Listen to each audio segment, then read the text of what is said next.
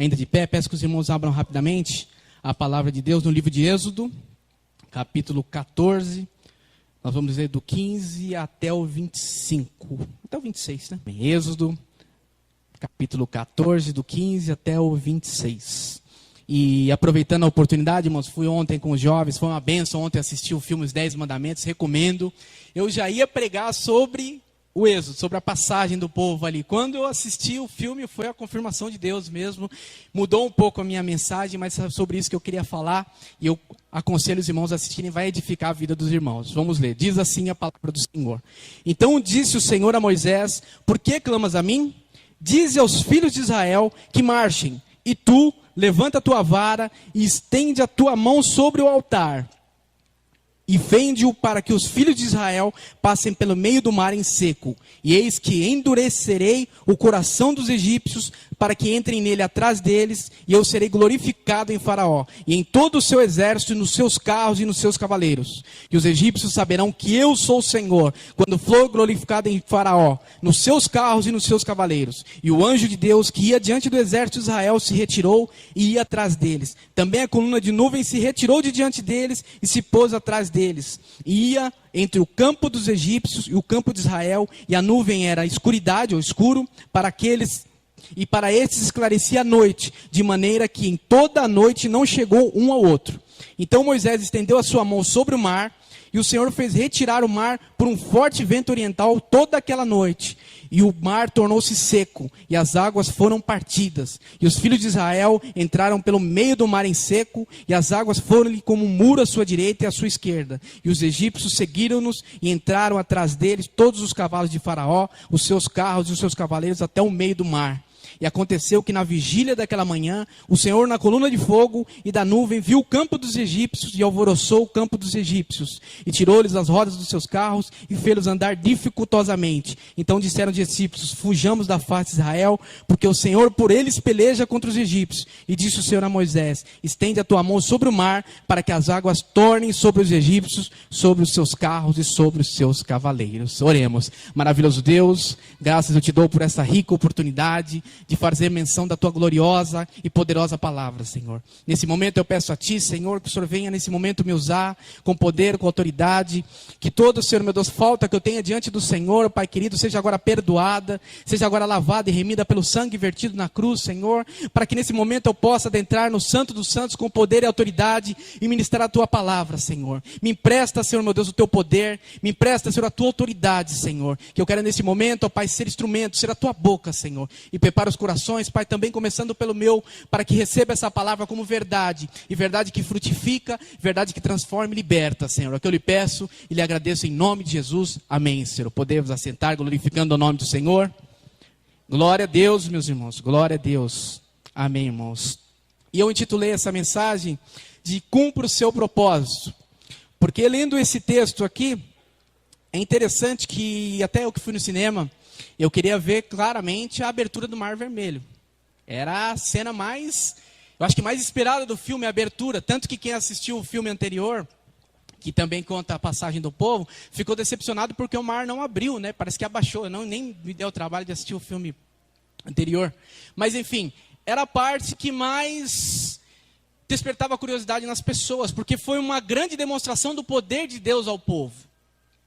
E aqui no primeiro versículo que me chama a atenção a respeito de Deus, da relação que Deus tinha com Moisés, é que ele fala: então disse o Senhor a Moisés: por que clamas a mim? Dize aos filhos de Israel que marchem. Era uma indagação, ele fala: por que você está clamando a mim? Eu fiquei pensando, eu falei: Senhor, por quê? Por que Deus está dizendo para Moisés: por que você está clamando para mim? Porque Moisés, ele já tinha um chamado específico. Moisés, ele já tinha uma missão. Deus se apresentou a ele no Monte Horebe através de uma sarça ardente. E ali ele disse claramente que ele seria o libertador. E qual seria a função específica de Moisés? Conduzir o povo. Essa era a finalidade, o chamado de Moisés. Conduzir o povo. Esse era o chamado específico. E aqui diz, meus irmãos, Deus diz a ele: por que clamas a mim? Somente diz aos filhos de Israel que marchem. A sua função é dizer ao povo que marche. E por que o tema dessa mensagem? cumpra o seu chamado. Porque muitas vezes procuramos e Deus é muito claro naquilo que temos que fazer. Não somente igreja, não estou falando aqui em ministério, mas na nossa vida secular, dentro da nossa família, dentro da escola, onde seja, onde você está. Deus estabelece ali o seu propósito, o seu chamado dentro daquele lugar. E nós sabemos claramente o que deve ser feito. E muitas vezes cobramos de Deus algo que sabemos que deve ser feito. Foi o que aconteceu ali. Moisés chegou, Deus falou, por que você está clamando a mim? Eu já te falei o que é para fazer. Seja Moisés que eu serei Deus. Continue sendo Moisés que eu continuarei sendo Deus. Era o chamado de Deus para Moisés. E muitas vezes temos esse chamado dentro da família. Por que não falar da família? E eu bato muito nisso, meus irmãos, porque as mensagens que eu tenho ouvido têm falado a respeito de liderança e de liderança dentro do lar. Liderança dentro do lar, e Deus me cobra muito isso. Liderança moral, liderança espiritual dentro de casa, porque hoje nós vemos umas lideranças falidas, dentro de igrejas, dentro de famílias, dentro de estabelecimentos, lideranças que não exercem o chamado para o qual foram chamados. Nós vemos hoje jovens que não têm educação, que deveriam porque têm pais omissos. Isso é verdade, e são os futuros adultos, são os futuros ministros da palavra de Deus. São os futuros pastores. E eu vejo às vezes crescer, e eu cobro muitos jovens que estão aqui, eu cobro bastante deles, porque uma das metas que eu coloquei como o propósito dos jovens esse ano, foi o quê? Se espelharem nos obreiros da igreja. Porque os adolescentes se espelham nos jovens. E os jovens têm que se espelhar nos obreiros. Eles têm que olhar para os homens e mulheres e desejar ser como eles. Olha, eu quero ser igual ao Vital, eu quero louvar igual ao Vital. Eu quero pregar igual ao Pedro. Eu quero louvar igual ao Eduardo. Esse deve ser a chamada deles. Eles têm que ter essa vontade para evoluir. Eles têm que se espelhar em pessoas mais sábias. Pessoas que têm um chamado. Eu falei isso para os irmãos. Meus irmãos, quem está estudando para o Cavalieri é um homem que se dedica muito à palavra. O próprio pastor. Meus irmãos, se acheguem a essas pessoas. Se acheguem a eles. Você sabe qual é o seu propósito? O nosso propósito principal, isso é para todo mundo, é geral. É o que, meus irmãos? É pregar a palavra. Para todo mundo. Não é só quem pega o microfone e prega aqui. Todos somos chamados a pregar a palavra. O Alberto está ali. O Alberto é presbítero. Mesmo quando ele não é chamado aqui na escala, ele prega no táxi. Mesmo que ele queira fugir do pastor aqui, ele vai lá no táxi, entra alguém e começa a perguntar para ele. Onde eu estou, meus irmãos? Aparece alguém para fazer uma pergunta bíblica para mim. Então, quando nós sabemos qual é o nosso chamado, nós temos que ser aquilo que Deus quer que nós sejamos. E Deus será Deus. Deus não deixa de ser Deus. E muitas vezes cobramos de Deus coisas que são para nós fazermos. Nós falamos a respeito de santificação aqui no domingo. Eu fiquei tão feliz quando o pastor Tiquinho veio pregar aqui, que eu falei, olha como são as coisas de Deus. A escola bíblica, meus irmãos, quantas lições, nós não estamos estudando sistematicamente. Por exemplo, uma aula, uma lição. Então tem lições que 2 aulas, 3 aulas, e culminou de justamente o dia que o pastor Tiquinho ia pregar aqui, e a gente falando sobre santidade, ele falou sobre santificação aqui na igreja. Olha como são as coisas de Deus, é uma confirmação da parte de Deus. Então nós sabemos qual o caminho a ser trilhado, não sabemos? Foi dito na escola bíblica de manhã, e foi dito à noite, o caminho do quê? Da santificação. O caminho da santificação. Inclusive, o pastor não queria nem abrir o fato, né? Porque a dissolução da igreja, mas o pastor fez questão de falar no domingo. Então já serviu de alerta para nós. Queremos que essa casa de oração seja uma bênção, queremos que essa casa de oração frutifique. Comecemos pela santificação. Precisamos nos santificar aquilo que fazemos a Deus, como fazemos a Deus. Então é um chamado que nós já sabemos o que devemos fazer. E um alerta que fica aqui, eu coloquei até no esboço, irmãos, eu estou até um pouco perdido, eu confesso, mas porque esse negócio de celular aqui, ele é muito bom para atender o WhatsApp, irmãos. Mas ele é muito pequeno, então não deu certo no domingo, eu tentei hoje, não dá para imprimir aqui, me perdoem se eu me perder um pouco. Mas enfim, é um grande risco quando há inversão de papéis. Nós vemos biblicamente que em Números 12, Miriam, a irmã de Moisés, decidiu ser Moisés. Porque a Bíblia fala que Moisés era um homem de tamanha intimidade com Deus. Era um homem que eu falo, meu irmão, toda vez que eu leio esse versículo, sem demagogia, eu falo, Senhor, eu me emociono. Que eu falo, imagine Deus falar, olha, com o Décio eu falo diferentemente, eu falo face a face. Com os outros eu falo através de profetas, mas com o Décio eu falo diferente. Moisés era assim. Moisés era um homem que tinha uma intimidade diferente com Deus. Mas Miriam chegou a um ponto de falar, não, peraí Moisés, por quê? Deus só fala com você e não fala comigo. Por que isso?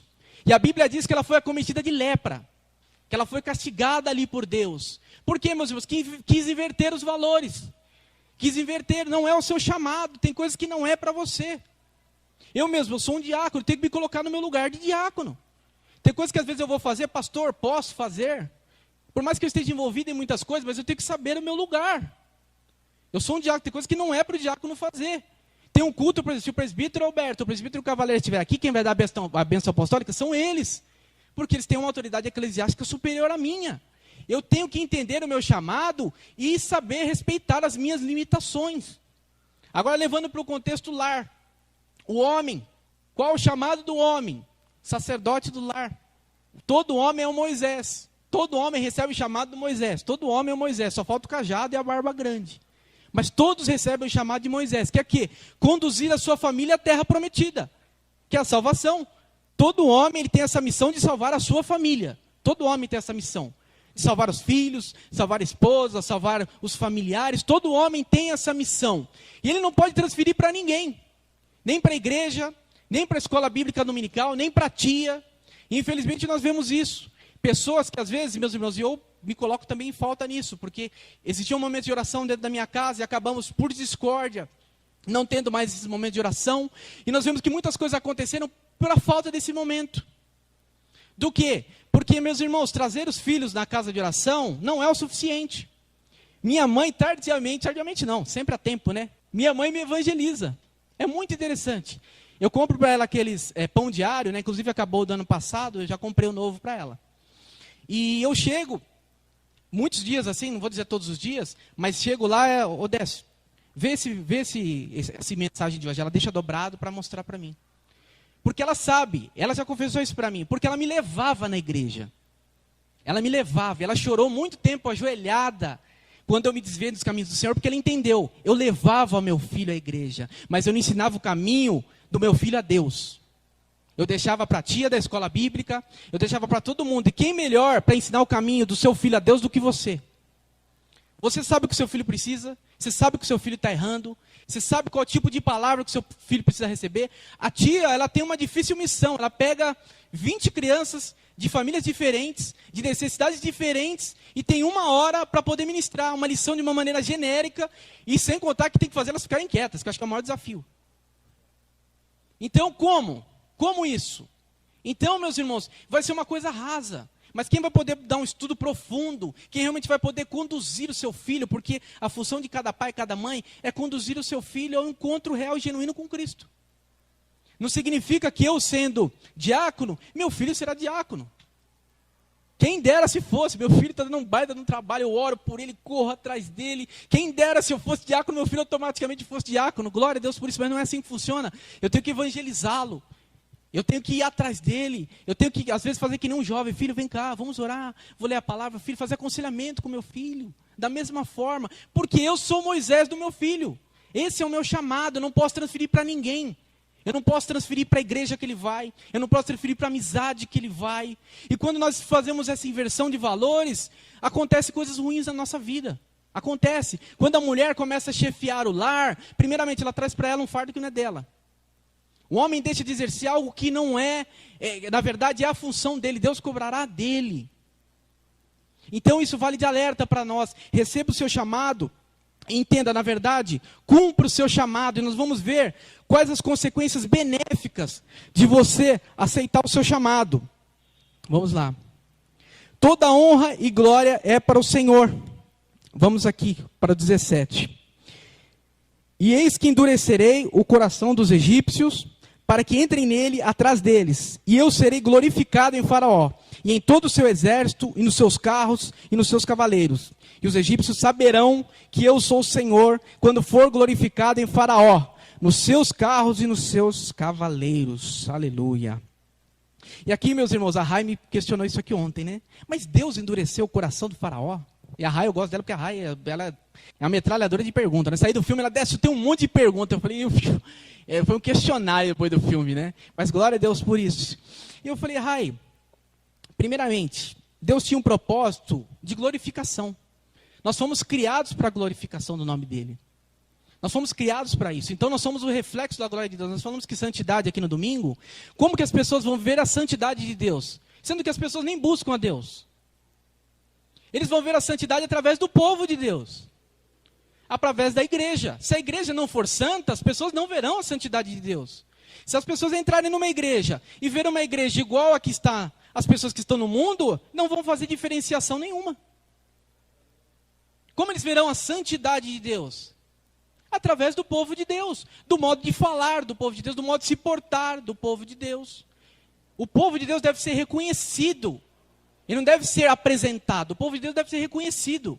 Às vezes o seu jeito de falar denuncia que você é um cristão. O jeito de você portar no lugar já diz que você é um cristão.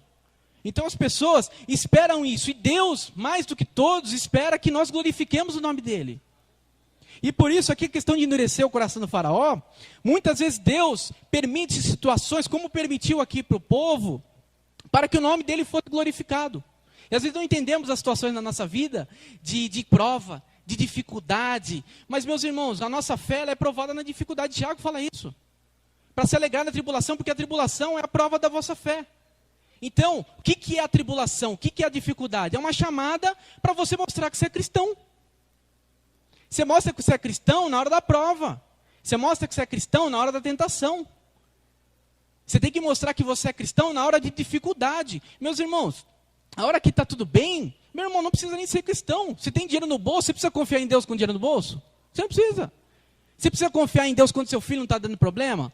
Você precisa confiar em Deus quando o seu casamento está tudo legal? Você chega em casa, sua esposa, oi amor, toda bonitinha, comida feita, comida que você queria, e vice-versa, o homem também. Aí você não vai precisar confiar em Deus. Mas sabe a hora que você ajoelha, a hora que você busca Deus, a hora que o pau está quebrando lá. No vulgar mesmo falando. A hora que você chega em casa, a mulher fala, sabe, já chegou? Como assim, recebendo o marido, como se não... Por que chegou, né? Sabe a hora que você busca Deus? A hora que falta dinheiro. A hora que você busca Deus, a hora que não tem entendimento dentro da família. Então, nós devemos entender que o propósito de tudo isso, muitas vezes, é a glorificação de Deus. Porque, meus irmãos, é nessa hora que nós mostramos quem somos. É na hora da dificuldade que nós mostramos quem somos, quem realmente somos. Então, a partir do momento que acontecem as situações difíceis, como aconteceu aqui com o povo, havia um propósito de Deus, para o nome dele ser glorificado. Deus queria que a igreja dele, Deus propôs isso para a igreja. Nós fomos colocados num mundo totalmente injusto. Nós fomos colocados no mundo, a Bíblia nos fala que nós seríamos perseguidos, que nós teríamos muitas aflições. A Bíblia diz, inclusive, que muitas são as aflições do justo. Fala o quê? Meu irmão, você quer ser justo, você quer andar certo aqui, você vai passar mal. Você vai passar mal. Se você tentar ser honesto, eu vou contar um episódio simples. As coisas vão acontecendo de uma maneira, eu estou desempregado, fui dar entrada no seguro-desemprego, né? Aí eu não sabia, 15 anos trabalhando, fazia tempo que eu não mexia com isso, eu não sabia de todo o processo. Cheguei na Caixa Econômica, falei, como é que eu faço? A moça pegou, olhou meu RG e minha carteira falou, ambos estão vencidos. Eu nem sabia que a RG tinha vencimento. Ambos estão vencidos. Aí eu falei, meu Deus, e agora, né? Você tem que ir lá no Poupa Tempo. Fui lá no Poupa Tempo. Cheguei lá, R$150 os 2 documentos. Só que quando fui lá fazer os documentos, o trâmite, precisava de xerox, só que meu irmão, estava uma chuva tremenda lá fora e não tem máquina de xerox lá dentro. Não tem. Aí o que aconteceu? O rapaz chegou para mim, muito legal, que ele até cochichou assim, ele chegou e falou, ó irmão, tá uma chuva lá fora, faz o seguinte, fala que você não tá com o seu RG. Aí eu fiquei quieto, né irmão? Fiquei quieto e tal, peguei, aí nisso pediram para mim aguardar em outro lugar. Aí eu cheguei, eu fiquei naquilo, né? Falei, meu Deus, irmão, maior chuva lá fora, maior chuva. Aí, cheguei, me atendeu uma moça. Aí ela falou, e o que aconteceu com o seu RG? Falei, meu RG está vencido, tá, em mau estado. Ah, está vencido, tal. Aí pegou, você trouxe a xerox? Falei, não trouxe a xerox, está chovendo lá fora. Não, tudo bem, eu vou tirar a xerox aqui. Mas, meus irmãos, é uma prova de que, às vezes, você fazer a coisa certa, você vai pagar um preço. Tanto que, tudo bem, no RG eu não fui tirar, mas na carteira de habilitação eu tive que ir lá fora tirar. Eu podia muito bem falar, não, irmão, não, perdi minha habilitação. Na verdade, não. Então, fazer a coisa certa, nós vamos pagar o preço. Glorificar o nome do Senhor é passar por dificuldades. Glorificar o nome do Senhor, meus irmãos, não é eu ser próspero. Porque, meus irmãos, se eu fosse um homem próspero, eu não teria diferença nenhuma de outras pessoas que nem buscam a Deus e são prósperas. Silvio Santos, nós vemos Bill Gates, mesmo o Eike Batista no dia que ele já faliu, né? Mas enfim, outros homens, e grandes empresários, que não são cristãos também, nem professam nenhum tipo de religião, mas são prósperos financeiramente. Isso não é prova de ser cristão, isso não é prova da glória de Deus na vida de ninguém. Mas sabe o que glorifica a Deus, meus irmãos? É quando você está naquela dificuldade, é quando a casa está caindo, você está honrando e glorificando o nome do Senhor. É isso que as pessoas veem, a paz que ninguém tem. Aquela paz que, meus irmãos, eu já passei por situações na minha vida, que todo mundo falando, meu irmão, era para você ter matado um. Eu estava ali, meu irmão, glória a Deus. E hoje eu vejo situações, hoje olhando de uma outra forma, eu falo, Senhor, não era eu, era o Senhor na minha vida. Mas isso glorificou o nome do Senhor. E é uma situação que faz tempo que eu não faço menção, mas para os irmãos terem uma ideia, quando eu me machuquei, a lesão que eu tive era bem grave, né? Para quem joga futebol é bem grave. O tendão de Aquiles. Aí as pessoas que jogavam comigo foram me visitar. E a cara que as pessoas faziam, nossa, você rompeu o tendão de Aquiles. Eu olhava aquele monte de ponto, né, no meu tornozelo. Nossa, mas isso aí... E viam a alegria que eu estava, porque, meus irmãos, eu vi o livramento que Deus me deu. Meu irmão, eu não senti dor nenhuma. É uma lesão que eles falam que a pessoa rola de dor no chão. Eu simplesmente corri, escutei, como se fosse uma corda estourando. Aí meu pé está estranho, meu pé estava mole, assim, sem controle. Eu fui andando para casa, dormi, no outro dia fui de ônibus, aí o médico falou, você é maluco, isso é um elástico. Isso aí, às vezes, questão de horas ele sobe, precisa abrir a panturrilha toda, o seu não subiu 1 centímetro. Então eu vi todo o cuidado de Deus dentro daquela situação. O nome do Senhor foi glorificado através de uma dificuldade na minha vida. E lá eu tive a oportunidade, meus irmãos, de ser usado para curar uma pessoa, coisa que eu nunca busquei. Eu nunca busquei, Senhor, eu quero, através das minhas mãos, ou de uma oração minha, uma pessoa ser curada. Eu fui usado para curar uma pessoa ali dentro. E eu ainda falei, Senhor, se foi para curar aquela pessoa que tinha um problema tremendamente, valeu a pena. Valeu a pena, porque eu já sei que o futebol era o maior impedimento de estar na casa do Senhor. Futebol e corrida, eu vivia para isso. Eu vivia para isso. Até antes de me converter, eu tinha feito um propósito de vida, eu ainda era casado. Eu falei, eu vou ter uma filha, né? O meu negócio era menina. Eu falei, eu quero ter uma menina. Ter uma filha. Ano que vem eu queria já até escolher o sexo da menina. Eu vou ter uma filha e vou voltar à equipe de corrida da empresa. Só que as corridas, quem corre sabe que a maioria das corridas são no domingo e domingo de manhã. Raras as corridas que são no sábado. Então, meus planos, todos não incluíam Deus. Não incluíam Deus. Então, Deus precisou me dar um break. Deus precisou usar das dificuldades para que o nome dele fosse glorificado. E muitas pessoas que me viam antigamente, me veem hoje e falam, é outra pessoa. E é Deus. Não é do Décio, é Deus. Não é a honra e glória, não é minha, é de Deus. Então, as dificuldades, Deus às vezes permite esse endurecimento. Para quê, meus irmãos? As dificuldades, para que o nome do Senhor seja glorificado. Amém? Amém, irmãos? Vamos sufocar esse barulho aí de trás, meus irmãos. Glória a Deus. Porque eu tenho até com dó da Nick, ela está ali no calor. Mas vamos aqui para o último tópico. A obediência gera milagres. Êxodo 14, 21 e 22. Então Moisés estendeu a sua mão sobre o mar, e o Senhor fez retirar o mar por um forte vento oriental, toda aquela noite. E o mar tornou-se em seco, e as águas foram partidas. E os filhos de Israel entraram pelo meio do mar em seco, e as águas foram-lhes como muro à sua direita e à sua esquerda. E os egípcios seguiram-nos e entraram atrás dele, todos os cavalos de Faraó, e os seus carros e seus cavaleiros, até o meio do mar. Amém, irmãos? Eu coloquei aqui como a obediência gera milagres. Quando você cumpre o seu chamado, milagres acontecem. Milagres acontecem. A Bíblia nos diz em Deuteronômio 28 que a bênção de Deus ela é atraída pela obediência. Então, quando eu e você temos um chamado e nós obedecemos esse chamado, nós cumprimos a voz de Deus, milagres acontecem. E muitas vezes os milagres não acontecem, não só na minha vida, mas às vezes na nossa vida como igreja, porque às vezes falta obediência àquilo que Deus nos propôs a fazer. Porque às vezes buscamos novas missões, novos propósitos, que às vezes nem são de Deus, e esquecemos do básico. Do básico. E às vezes eu me pego nisso, eu comprei muitos livros, e às vezes eu pego a enciclopédia, começo a ler, e às vezes eu falo, Senhor, os meus momentos de oração estão cada vez mais escassos, e quando louvou aqui no domingo, Senhor, minha oração se tornou sequidão. Deus falou tão tremendamente comigo, falou, e seus momentos de oração eram tão densos, tão duradouros, sabe, as suas orações, as pessoas até pediam para você não orar, que você orava muito, mas agora as suas orações estão resenhas. Por quê? Porque eu tenho buscado outras coisas mais extraordinárias e tenho esquecido das básicas. Daquelas que eu sei que eu devo obedecer, porque isso vai atrair a bênção de Deus. Então isso serve como alerta de nos mantermos no nosso chamado, porque nós fazemos especificamente aquilo que Deus nos pediu, vão ocorrer milagres na nossa vida. Às vezes nós temos uma tendência natural de olhar aquilo que fulano não está fazendo, mas às vezes nós não estamos fazendo aquilo que foi proposto para nós. Por isso que a Bíblia fala, não fala? O pastor sempre cita aqui na ministração da ceia, sobre o homem, examine-se o homem, cada homem a si mesmo. O homem se examine a si mesmo, não examine o terceiro. E nós temos uma tendência natural de examinar o outro. É mais fácil ver, né, o carocinho de feijão no dente do outro do que ver, às vezes está com a boca cheia de comida. Nós temos essa tendência natural. Então você olha, nosso irmão ali, ele não está fazendo o que deve ser feito. Mas e você, irmão? O que você está fazendo? Você está vindo na oração? Você está vindo na intercessão? Você está vindo na escola bíblica? Você está? Então não, é mais fácil olhar o irmão que não está fazendo. Mas olha para o que nós temos para fazer. Porque às vezes, meus irmãos, a nossa bênção ela está retida simplesmente por nós. Não é Deus. Deus está com a mão aberta. A Bíblia fala que Deus não está com a mão encolhida. Deus está com a mão aberta para nos abençoar. O desejo de Deus é nos abençoar. Deus queria tirar aquele povo daquele lugar. Deus viu o sofrimento daquele povo. Mas ele precisava tratar aquele povo. Ele precisava ensinar o povo. Havia todo um tratado com o povo. E é o que acontece conosco. Meus irmãos, tem gente que se chegar no céu não vai se agradar do céu. Porque é do contra.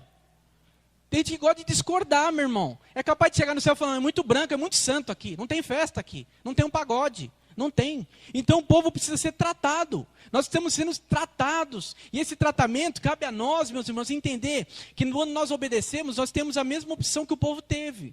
De encurtar isso ou rodear 40 anos. O povo, por desobedecer, por murmurar a Deus, inclusive isso tão irritou a Deus, porque esse episódio foi considerado provocação.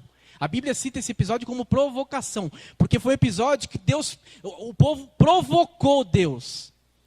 Deus acho que chegou, se havia um limite em Deus, o limite da misericórdia de Deus, o povo se aproximou. Provocação, tamanha foi a murmuração do povo, porque o povo não entendia que o que, meus irmãos? Moisés era o líder deles para conduzi-los a Deus. Então, da mesma forma que o pastor, ele é o nosso condutor espiritual a Deus. Tudo que o pastor faz para nós é nos conduzir a Deus. Mas a responsabilidade de se encontrar com Deus é nossa. E o povo não havia entendido isso. O povo não havia entendido. Tanto que o povo passou por episódio, até episódio antes disso aqui, da questão do bezerro de ouro, da questão o Moisés se retirou para orar, e ali demorou para voltar. Quando ele voltou, o povo estava adorando o bezerro de ouro. O povo não havia entendido ainda, o povo não havia entendido as leis de Deus.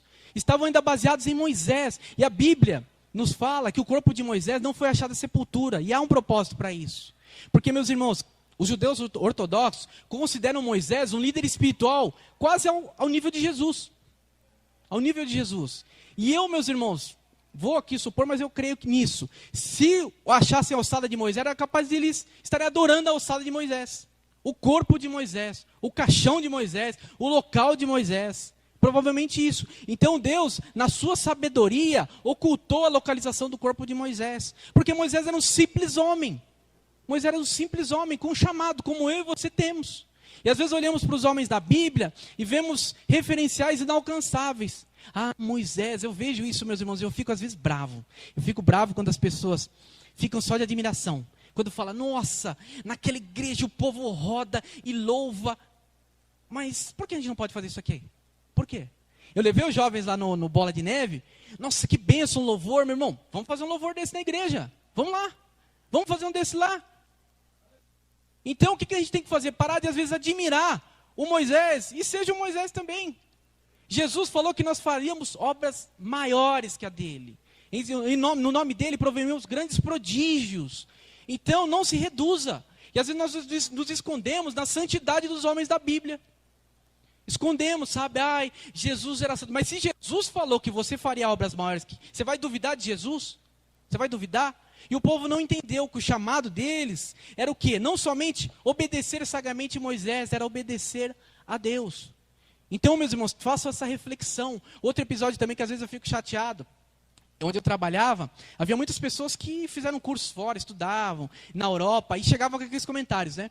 Nossa, lá na Europa, eu não sei porque eu nunca fui, irmão, o mais longe que eu fui, acho que foi Ubatuba. Não, acho que eu fui Minas Gerais uma vez. E o pessoal falando, nossa, na Europa, você para assim no farol, na faixa, o motorista já para o pedestre passar. Aí você vê a mesma pessoa, não deixa os outros passar. Fala, quer dizer que na Europa a educação é diferente? Então faz aqui no Brasil também. Faz aqui no Brasil. Faz as coisas acontecerem aqui, traz para cá aquilo que é bom. Então, meus irmãos, vamos entender que Moisés, a Bíblia nos faz essa referência. A Bíblia é para nós, meus irmãos, um exemplo de vida, não é um conto que não pode acontecer lá atrás. Os milagres aconteceram lá atrás. Hoje você não pode ser usado para cura. Hoje, quem é você para falar do seu filho? Quem é você para falar da sua esposa? Toma posse da autoridade espiritual que há na sua vida. Porque a partir do momento que você toma posse do seu chamado, daquilo que Deus propôs para você, vão ocorrer milagres na sua família, no seu trabalho, aonde você estiver, mas você tem que tomar posse disso. Como eu falei no início, Deus será sempre Deus. Quem vai ser você? Amém? Se coloquem de pé, irmãos. Amém? Vamos orar para encerrar. Eu acho que eu estou no horário. Não, eu ganhei outro relógio, né? Amém. Maravilhoso Deus e eterno Pai, graças eu te dou, Senhor, por essa palavra, Senhor, que falou primeiramente a mim. Nos ajuda, Pai, a sermos como Moisés, Pai.